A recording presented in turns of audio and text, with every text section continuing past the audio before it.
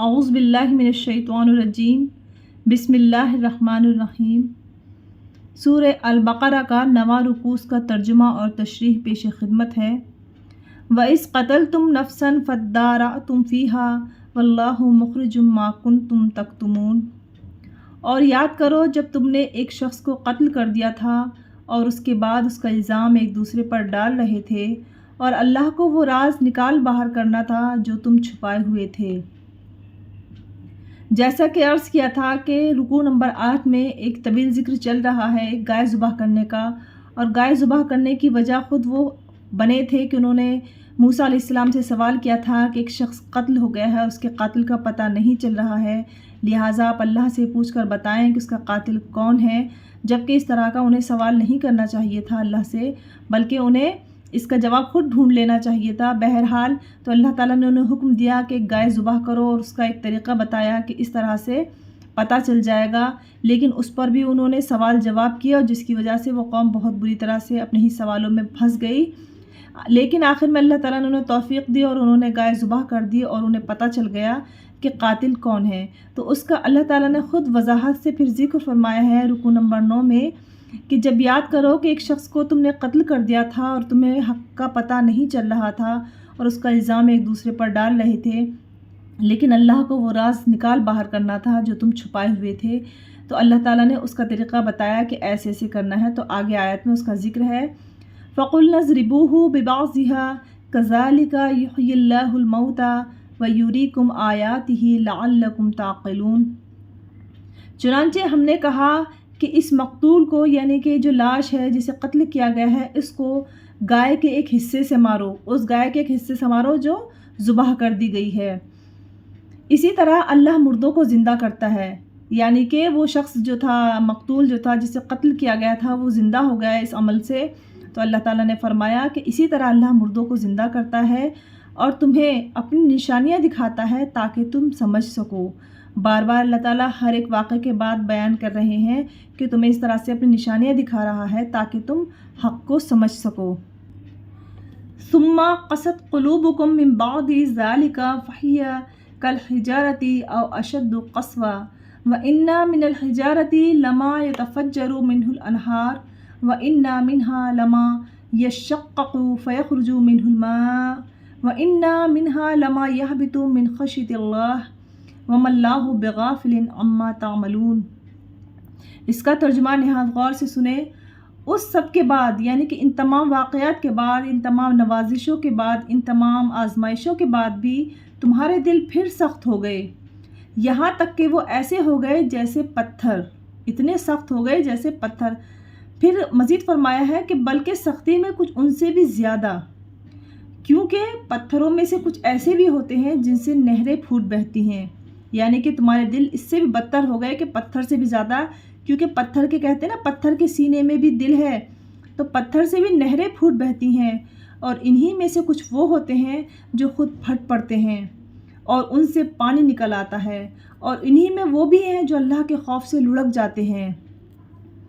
اور جو کچھ تم کر رہے ہو اللہ اس سے بے خبر نہیں ہے۔ اس میں اللہ تعالیٰ نے انسان کی بد نصیبی ظاہر کی ہے کہ انسان جب سخت ہوتا ہے، سخت دل ہوتا ہے، تو ایک پتھر سے زیادہ سخت ہو جاتا ہے، کیونکہ پتھر بھی اللہ تعالیٰ نے بنائے ہیں، اور وہ اللہ کی محبت سے، اللہ کے خوف سے، اللہ کی عزت سے ان کے دل پھٹ پڑتے ہیں، اور ان کے دلوں سے نہریں پھوٹ پڑتی ہیں، پانی بہہ پڑتا ہے، اور اللہ کے خوف سے وہ بڑے بڑے پہاڑوں سے لڑک کر نیچے چکنا چور ہو جاتے ہیں۔ لیکن انسان بڑا بد نصیب ہے، تو اللہ تعالیٰ نے اس کو، انسان کے جب دل کی سختی کو ایک پتھر سے، اور پتھر سے بھی زیادہ سخت پیش کیا ہے، لہٰذا اللہ تعالیٰ ہم سب کی حفاظت فرمائے، ہمارے دلوں کو نرم کرے اللہ کے خوف سے۔ کہ اس میں آیت میں ہے من خشیت اللہ، کہ اللہ کے خوف سے پتھر بھی پھٹ پڑتے ہیں، لڑک جاتے ہیں، لیکن انسان کا دل نہیں پھٹتا ہے، نہیں لڑکتا ہے، نہیں ڈرتا ہے۔ تو اللہ تعالیٰ ہمیں ایسے سخت دلوں سے بچائے، محفوظ رکھے، ہمارے دل اللہ کی یاد میں، محبت میں رقیق رہے۔ آیت نمبر 75 ہے، افتطمعون ان یؤمنوا لکم وقد کان فریق منہم یسمعون کلام اللہ ثم یحرفونہ من بعد ما عقلوہ وہم یعلمون۔ کیا اب بھی تمہیں یہ لالچ ہے کہ یہ لوگ تمہارے کہنے سے ایمان لے آئیں گے، حالانکہ ان میں سے ایک گروہ کے لوگ اللہ کا کلام سنتے تھے، پھر اس کو اچھی طرح سمجھنے کے بعد بھی جانتے بوجھتے اس میں تحریف کر ڈالتے تھے۔ اس میں اللہ تعالیٰ اس قوم کی بدنصیبی کے بارے میں اب مسلمانوں سے مخاطب ہیں اور فرما رہے ہیں کہ کیا تمہیں لگتا ہے، کیا تمہیں اب بھی یقین ہے، یہ ذرا سا بھی لالچ ہے کہ یہ لوگ ایمان لے آئیں گے؟ کہ ایمان بھلا کیسے لائیں گے؟ ان کے دل تو اتنے سخت ہیں، پتھر سے بھی زیادہ سخت ہیں، کہ ان کا تو ایک گروہ ایسا ہے جو اللہ کے کلام کو اچھے سے سمجھتا ہے، کیونکہ ان پہ تو تورات و زبور جیسی کتابیں نازل ہو چکی ہیں، یہ اللہ کے کلام کو اچھی طرح سمجھتے ہیں اور سمجھنے کے بعد اس میں تحریف کر ڈالتے ہیں۔ یعنی کہ ان کی قوم کا تو یہ کام تھا کہ اپنی جو آسمانی کتابیں تھیں اس میں اپنی مرضی سے تبدیلی کر لیا کرتے تھے، اپنی مرضی کے مطابق، اپنی آسانی کے مطابق۔ تو اس کا ذکر اللہ تعالیٰ نے اب مسلمانوں سے کیا ہے کہ اے مومنو، اے مسلمانوں، تم ان کی طرف اتنی توجہ کیوں دے رہے ہو؟ تم سوچ رہے ہو کہ یہ ایمان لے آئیں گے؟ یہ ایمان لاتے تو یہ آج اس حالت میں نہ ہوتے۔ وَإِذَا لَقُوا الَّذِينَ آمَنُوا قَالُوا آمَنَّا وَإِذَا خَلَا بَعْضُهُمْ إِلَى بَعْضٍ قَالُوا أَتُحَدِّثُونَهُم بِمَا فَتَحَ اللَّهُ عَلَيْكُمْ لِيُحَاجُّوكُم بِهِ عِندَ رَبِّكُمْ أَفَلَا تَعْقِلُونَ۔ اور جب یہ لوگ ان سے یعنی مسلمانوں سے ملتے ہیں جو پہلے ایمان لا چکے ہیں تو کہہ دیتے ہیں کہ ہم بھی ایمان لے آئے ہیں، یعنی کہ منافقین کا ذکر ہے کہ جو مسلمانوں کے پاس آ کے کہتے ہیں کہ ہم ایمان لے آئے ہیں، اور جب وہ ایک دوسرے کے ساتھ تنہائی میں جاتے ہیں تو کہتے ہیں کہ کیا تم ان مسلمانوں کو وہ باتیں بتاتے ہو جو اللہ تعالیٰ نے تم پر کھولی ہیں تاکہ یہ تمہارے پروردگار کے پاس جا کر انہیں تمہارے خلاف دلیل کے طور پر پیش کریں؟ کیا تمہیں اتنی بھی عقل نہیں ہے؟ یعنی اس وقت جو مدینے میں منافق یہودی تھے جو بظاہر مسلمان ہو گئے تھے، تو وہ جب مسلمانوں سے ملا کرتے تھے تو وہ یوں کہا کرتے تھے کہ ہاں واقعی اسلام سچا ہے اور اس کی سچائی کا ذکر ہماری کتابوں میں بھی ایسے اور ایسے موجود ہے۔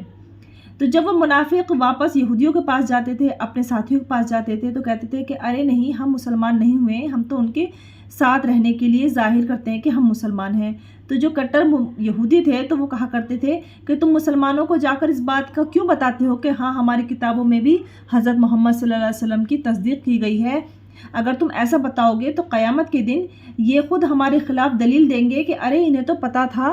کہ ہمارے کتابوں میں اسلام کی تصدیق کی گئی ہے، نبی کریم صلی اللہ علیہ وسلم کی تصدیق کی گئی ہے، اور تم تو بڑے بیوقوف ہو، ایسی باتیں مت کہا کرو مسلمانوں سے۔